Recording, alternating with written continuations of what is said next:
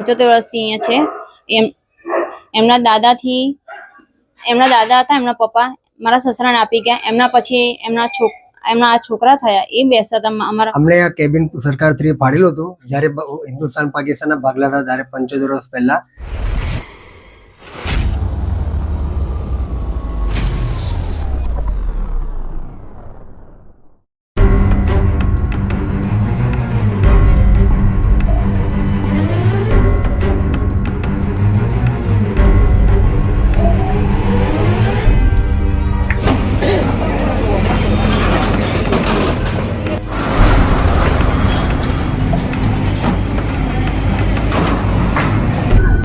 મારું નામ કવિતાબેન સુરેશકુમાર જેમતાણી છે.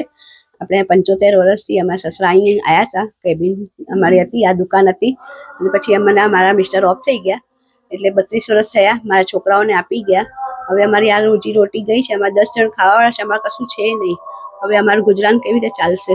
હવે તમે અમને કશું કરી આપો, સરકાર કશું કરી આપે.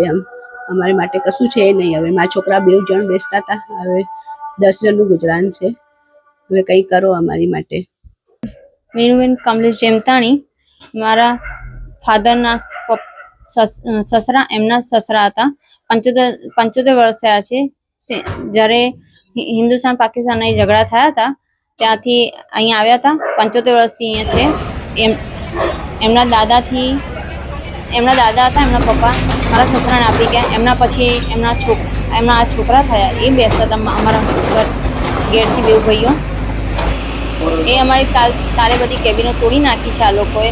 સરકારે કીધું કે આ કેબિનો આપી જ્યારે અમને દુકાનો, ત્યારે કીધું કે અમે એની જગ્યાએ બીજું તમને કંઈ કરી આપીશું. હવે તોડી છે તો એની માટે સરકાર અમને કંઈ કરી આપે, કંઈ ન્યાય કરે અમારી માટે.